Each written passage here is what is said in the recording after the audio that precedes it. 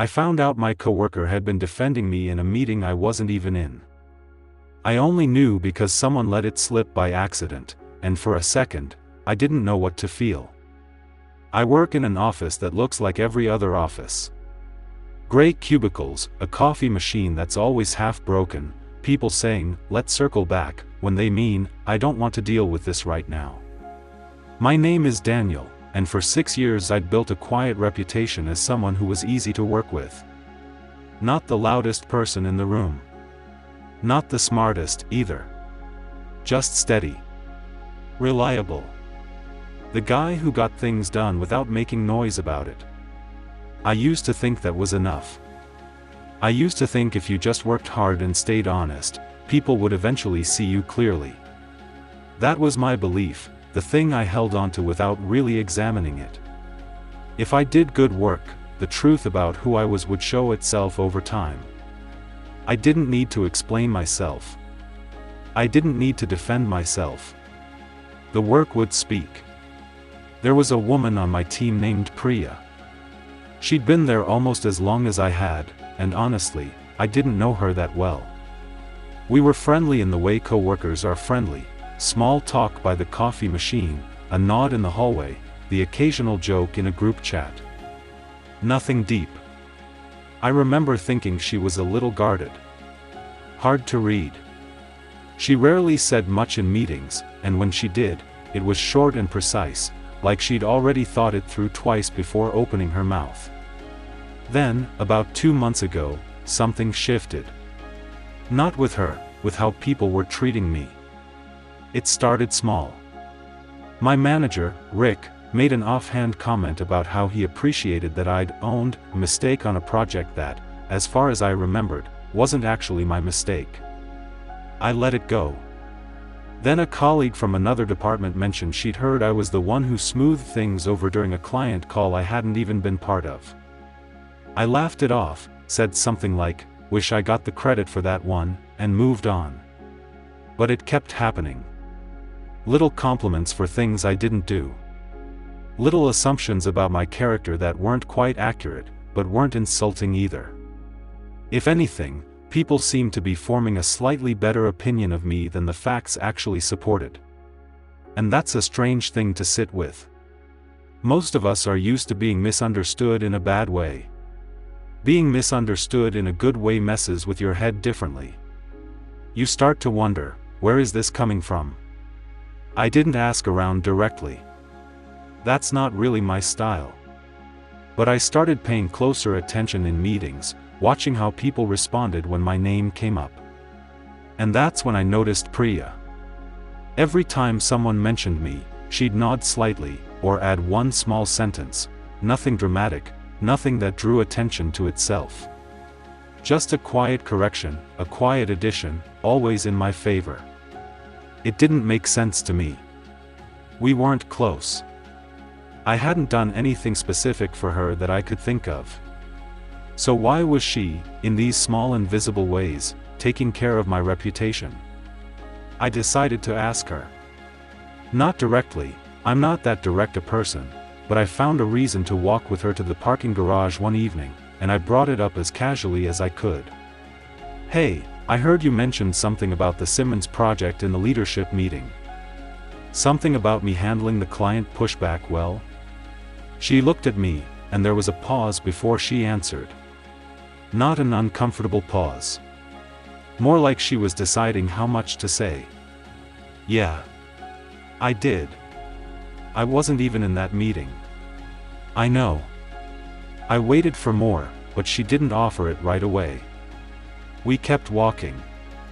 The parking garage had that concrete echo to it, every footstep a little louder than it should be. "Can I ask why?" I said. She stopped near her car and looked at me for a second, like she was weighing something. "Because a few months ago, I was in a meeting where someone was talking about you in a way that wasn't fair.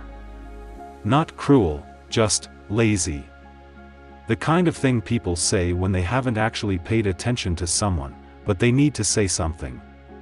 And I corrected it. Not because I know you that well. Because I've been on the other side of that conversation before, when I wasn't in the room to correct it myself. That stopped me.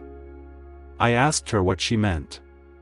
A few years ago, at my old job, people had an idea about me that wasn't true. Nothing terrible. Just inaccurate. And nobody in the room bothered to say otherwise, because it was easier to let the inaccurate version stand than to interrupt the conversation and say, "Actually, that's not quite right." I didn't even know it was happening until much later. By then, it had shaped how people treated me for almost 2 years. I remember standing there, processing that. Because on the surface, it seemed like a small thing. People say inaccurate things about each other all the time, mostly without malice. It's just how office life works. Impressions get formed secondhand, through fragments, through what someone said once in a hallway. But what she said next was the part that actually changed something in me. Most people think being emotionally intelligent means managing your own reactions, staying calm, reading a room. And sure, that's part of it. But there's a habit that doesn't get talked about, because it doesn't look impressive. It's just quietly correcting the record for someone else when they're not there to do it themselves. Not gossiping about them. Not defending them loudly. Just not letting a small unfairness sit uncorrected when you could say one sentence and fix it. I asked her why that mattered so much to her, why she carried it as some kind of principle. Because most of us go through life assuming that if people misunderstand us, we'll eventually get the chance to explain ourselves. But you don't always get that chance. You're not in every room where your name comes up. Somebody else is always deciding, in small ways, what version of you gets carried into the next conversation. I decided a while back that if I noticed it happening to someone unfairly, I wasn't going to just stay quiet because it was easier. I didn't say much after that. I just thanked her, and we both got in our cars and drove home. But that conversation sat with me for days. I started thinking about all the times I'd been in a room where someone else's name came up, and someone said something slightly off about them, not cruel, just careless, and I'd said nothing. Not because I disagreed with correcting it. I just never thought of it as my responsibility. I always assumed silence was neutral. That staying out of it was the safe, professional choice. But silence isn't neutral. I understood that differently now. When you stay quiet while someone's reputation gets quietly reshaped in a room they're not in, your silence becomes a small vote in favor of the inaccurate version. Not a loud one. Not a dramatic betrayal. Just a quiet non-decision that lets the wrong story keep moving forward. I started paying attention to my own behavior after that. Small things.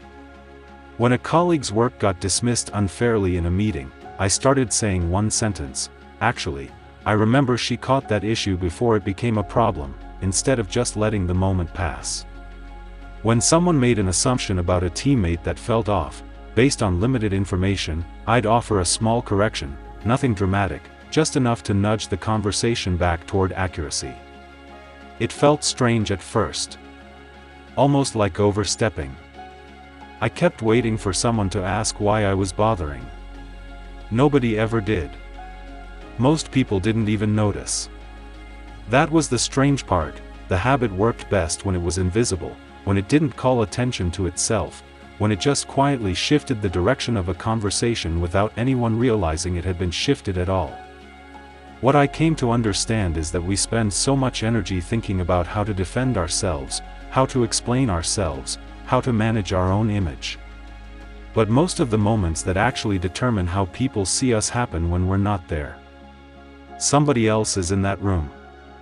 Somebody else has 30 seconds to either let an inaccurate version of you take hold, or say one quiet sentence that keeps things honest. Priya never made a big deal out of what she'd done for me. I don't think she ever told anyone else about that conversation in the parking garage. And I never brought it up with her again, not directly. But something in how I moved through the office changed after that. I started noticing who else did this quietly, and it turned out there were a few people, scattered around, doing this same small, invisible work of keeping each other's reputations honest when nobody else was paying attention. It made me wonder how much of what we call trust, or reputation, or being well regarded, actually comes down to strangers and coworkers making small invisible decisions on our behalf, in rooms we'll never know about. I still don't know exactly why Priya decided to extend that kind of care to someone she barely knew. Maybe it wasn't really about me at all. Maybe it was about the version of herself from a few years earlier, the one nobody corrected for. But I think about it every time I'm in a room and someone's name comes up who isn't there to speak for themselves. And I ask myself the same quiet question now, every single time. If they could hear this conversation, would they recognize themselves in it? And if not, am I willing to be the one who says something?